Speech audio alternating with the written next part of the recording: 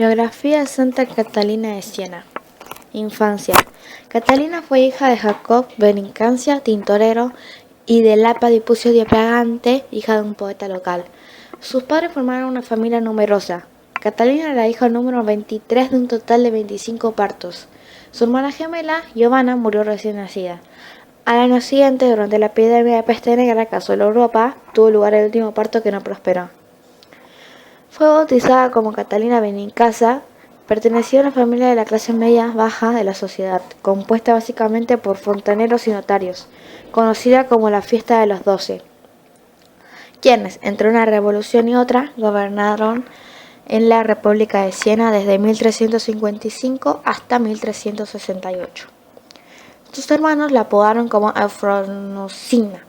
Catalina no tuvo una educación formal. Desde temprana edad mostró su gusto por la soledad y la oración, y siendo niña todavía, a la edad de 7 años, se consagró a la mortificación e hizo voto de la castidad. A los 12 años, sus inadvertidos padres comenzaron a hacer planes de matrimonio para Catalina, pero ella reaccionó cortándose todo su cabello y encerrándose con un velo sobre su cabeza. Con el objetivo de persuadirla, sus padres la obligaron a realizar fatigosas tareas domésticas.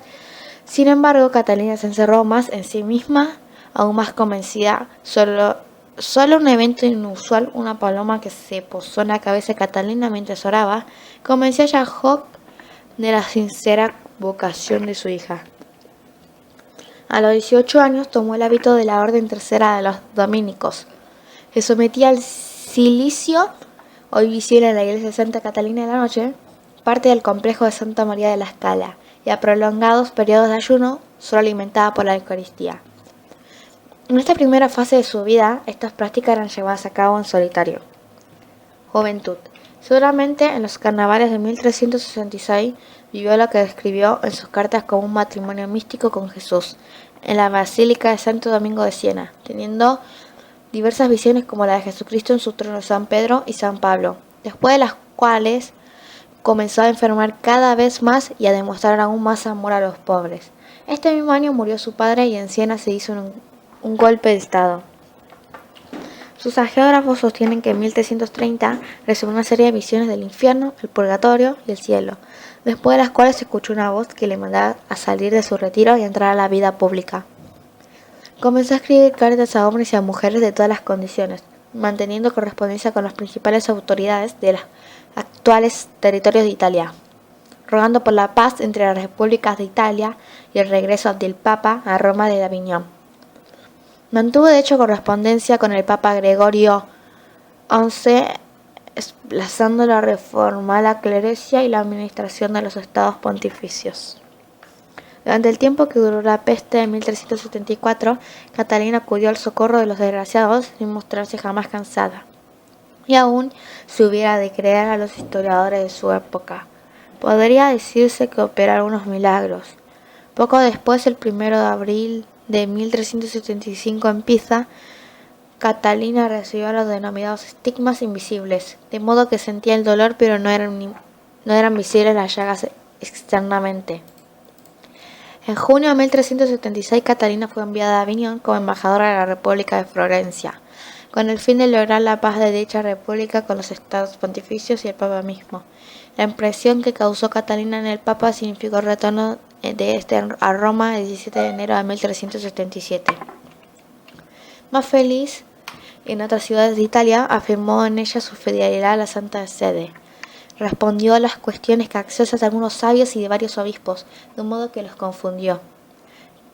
Tras grandes trabajos e inmensas dificultades, reconcilió a los florentinos con el Papa Urbano VI, sucesor de Gregorio XI, colgado el 18 de julio de 1378, una rama de olivo en el Palacio Señal de Paz. Muerte. Se retiró luego de la más profunda soledad, pero de allí hubo de sacar la cisma de Occidente. Apoyó el Papa Romano Urbano VI, quien la convocó a Roma, donde vivió hasta su muerte el 29 de abril de 1380. A la edad de 35 años fue sepultada en la iglesia de Santa María sopra Minerva en Roma. Su cano fue llevado a la iglesia de Santo Domingo de Siena en 1384 y un pie se encuentra en Venecia. Entre los principales seguidores de Catalina se encontraba su confesor y biógrafo, posteriormente general de los dominicos, Fray Raimundo de las Viñas de Capua falleció en 1399 y Estefano de Corrado Macio falleció en 1424, quien fue uno de sus secretarios y se convirtió luego en prior general de los Cartujos. El libro de Raimundo sobre la vida de Catalina la Leyenda fue terminado en 1395. Una segunda versión de la vida de Catalina, el suplemento, fue escrito unos 12 años después por otro de sus seguidores, Fray Tomás Caffarini, muerto en 1434, quien posteriormente escribió también la Leyenda Menor, libro que fue traducido al italiano por Stefano Macconi. Canonización. Pío II la declaró santa en 1461. Inicialmente se la conmemoraba el mismo día de su muerte, el 29 de abril. En 1628 Urbano VIII la movió al día siguiente para no superponer la fiesta con la de San Pablo de Verona, hasta que en 1969 volvió a su fecha primitiva. En 1939 Pío XII la declaró patrona principal de Italia junto a San Francisco de Asís. En 1970 Pablo VI le otorgó el título de doctora de la Iglesia, siendo la segunda mujer en obtener tal distinción, después de Santa Teresa de Jesús y antes de Santa Teresita del Niño Jesús. En 1999, bajo el pontificado de Juan Pablo II, se convirtió en una de las santas patronas de Europa.